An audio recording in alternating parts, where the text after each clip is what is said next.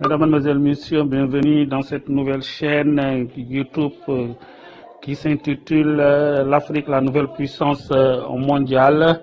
Je suis le propriétaire de cette chaîne. Comme je vous avais promis, je suis en train de vous donner un certain nombre d'informations liées donc à la situation de l'homme noir en général. J'ai écrit un certain nombre d'articles parmi lesquels je vais diffuser aujourd'hui un texte par rapport à la réalité que vivent les Noirs dans le monde. Bien sûr, ces Noirs ont été victimes de leur passé glorieuse, une passé, n'est-ce pas, marquée par l'une des meilleures civilisations, sinon la plus pertinente, la plus évoluée, la plus émancipée techniquement et scientifiquement parlant, la civilisation égyptienne.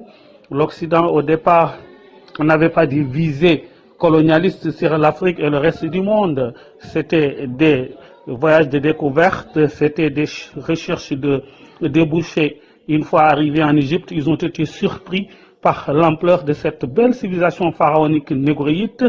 Et depuis lors, ils ont eu l'idée, le réflexe de dire il faut étouffer, n'est-ce pas, cette belle civilisation à l'œuvre pour que l'Africain ne pense plus qu'il est donc le père de la civilisation de l'universel, qu'il est donc le précurseur de la science et de la technique. Ce qui fait que l'Occident, depuis ce jour, n'a cessé d'être raciste, n'a cessé de détester le noir, n'a cessé de mettre sur pied un projet, n'est-ce pas, de négationnisme, voire d'ampleur plus large, à savoir génocidaire, pour que ce noir-là disparaisse. Et aujourd'hui, ce qui s'est passé aux États-Unis étant un exemple révélateur, ce pays qui revendique le monopole des droits de l'homme est le pays le plus raciste de la Terre. Tel n'est pas le cas uniquement aux États-Unis. Dans beaucoup de pays, en l'occurrence dans mon cher pays, la Mauritanie, les forces armées souvent font des exactions énormes, surtout à l'égard des populations noires.